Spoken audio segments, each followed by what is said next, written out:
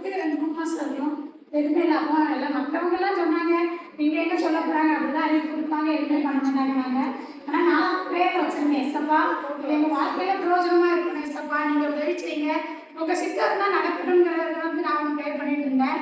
ஆனா வந்து சொன்ன மாதிரியே என்ன சொல்லியிருந்தாங்க, ஜனவரி மாசம் சொன்னாங்க. ஆனா நமக்கு வந்து கிடைக்காது, நமக்கு முடிவானது வந்து ஜூன் மாசம் தான். நாங்க கிளாஸ் ரொம்ப சந்தோஷம், எல்லாருக்கிட்டையுமே சொன்னேன், என் ஹஸ்பண்ட் கிட்ட சொன்னேன். ஏன்னா அவங்க சொன்னாங்க நீ கற்றுக்கோ அப்படின்னாங்க. ஆனால் எனக்கு வந்து கடை வேலைங்கிறதுனால என்னால் பண்ண முடியாது அப்படின்னு. அப்போ என் மேனேஜர் பேர் கொடுக்காத குழந்தையெல்லாம் நான் பார்க்க மாட்டேன், நீ தான் பார்த்துக்கணும் அப்படின்னாங்க. அப்போ எங்கள் வீட்டுக்காரர் எனக்கு துணையாக இருந்தாங்க, நீ போயிட்டு அம்மா குழந்தைய கூட்டிட்டு போ, நான் பார்த்துக்கிறேன் அப்படின்னாங்க. வாரத்தில் எத்தனை நாள் வைக்க போகிறாங்களோ தெரியல அப்படின்னு அதையும் வச்சேன். சரி அவங்க சொன்னாங்க நீ புலம்பாத, முதல் நாள் போயிட்டு வா, என்ன சொல்கிறாங்கன்னு பார்த்து அடுத்ததுக்கு நம்ம பிளான் பண்ணிக்கலாம் அப்படின்னாங்க. அதே மாதிரி நாங்களும் முதல் நாள் வந்தவங்களுக்கு வாரத்தில் ஒரு கிளாஸ் தான் அப்படின்னாங்க. 3 மணி நேரம் நாங்கள்.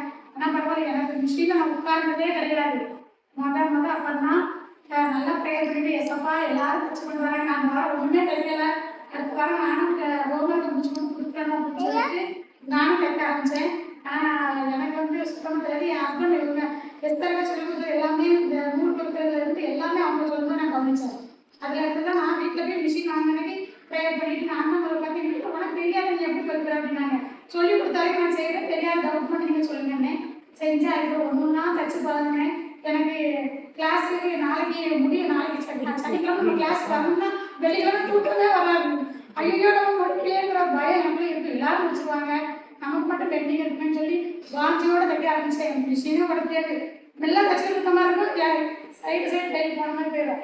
ரொம்ப ஃபீல் பண்ணி ஐயோ நம்ம ஏன் தைக்கே தெரிய மாட்டேங்கி, எல்லாரும் நிறைய தச்சுட்டு வராங்க, நம்ம ஏன் இப்படி இருக்கிறோம் அப்படின்னு சொல்லிட்டு எங்களுக்கு பேசாம விட்டுட்டா, எனக்கு பயமா இருக்கு, எல்லாரும் தச்சு பண்ணி கொடுத்தா நான் கொடுக்கவே இல்லை அப்படின்னு. அவங்க சொன்னா 1 வாரம் பாரு, அடுத்த வாரம் வேணா எல்லாம் முடிவு பண்ண அப்படின்னாங்க.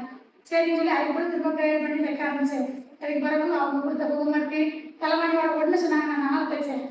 அதுக்கு பிறகு 2 சுடிதார் தைச்சேன்.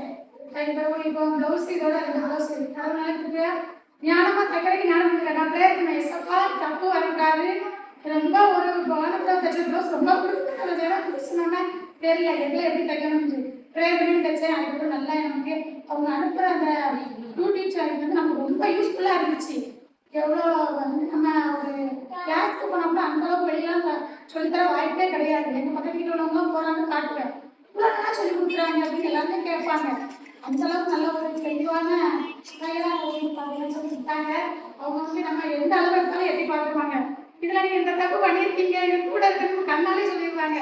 நம்மளுக்கு எப்படி அந்த அளவுக்கு தெரியும், அப்போ அவங்க நம்ம தப்பை கண்டுபிடிக்கிறதுனால தான் நம்மளுக்கு ஒரு தப்பே இல்லாத அளவுக்கு நம்ம ஒரு ப்ளவுஸை தச்சு நம்மளால நீங்க போட முடியுது. ஆனா அவங்க என்ன சொல்றாங்க, நம்ம இதை விட்டுறக்கூடாது, இன்னும் மேல மேலே நீங்க தச்சு பாருங்க, ஒண்ணு அப்படி சொல்லப்பதான் செய்வா அப்படின்னு சொல்றாங்க. திரும்ப திரும்ப நம்ம தச்சு பார்க்க தான் நமக்கு ஏதாவது ஒரு சகோதரி வந்து அவங்க குடும்பத்தை விட்டுட்டு பிள்ளைங்கெல்லாம் வந்துட்டு கரெக்டான நேரத்துக்கு வந்துடுறாங்க. நானும் முடிஞ்ச வரைக்கும் 10 மணிக்கு வந்து எனக்கு முந்தி அவங்க வந்துடுவாங்க. ஆனா அவங்கள ஒரு நாள் நம்ம குறைய சொல்ல முடியாது, அவங்க கரெக்டான டைம் கடன் பண்ணிடுவாங்க. அவங்க ஆனா வந்து சில 1.5 வரைக்கும் கூட எடுத்துருக்காங்க. ஆனா எந்த கிளாஸுமே இந்த அளவுக்கு எடுக்க மாட்டாங்க. பெர்ஃபெக்டா நீங்க சொல்லி கொடுக்குறாங்க, எல்லா ஹோம்ஒர்க்கையும் செக் கொடுக்குறாங்க, ஏதோ வராங்க போறாங்க அப்படிங்கிறதே அவங்களுக்கு கிடையாது. அவங்களுக்கு வந்து பெர்ஃபெக்டா எல்லாருமே கேட்கணும், எல்லாருமே இந்த கிளாஸை முடிச்சுதான் ஆகணும் அப்படிங்கிற ஒரு வந்து. ஆனா வெளியில தான் பார்க்க தான் சுத்திட்டே இருப்பாங்க, யார் யார் பேசுறா, யார் யார் என்னென்ன பண்றாங்கிறத கவனிப்பாங்க. 2 சகோதரியுமே எனக்கு ரொம்ப பிடிச்சிருந்துச்சு. ஆனா நான் மற்ற இடத்துல போயிருந்தேன் எங்களுக்கு சந்தோஷமா நான் கற்றுக்கிட்டு எனக்கு தெரியல. இது என் வாழ்க்கைக்கு பிரயோஜனம், எங்க இருக்க ஒவ்வொரு சகோதரியுடைய வாழ்க்கையும் கற்றுக்கு பிரயோஜனமா நடத்தி கொடுத்துருக்காங்க. 2 சகோதரியோட பிரியறதா ரொம்ப மனசு கஷ்டமா இருக்கு. அதனால நன்றி.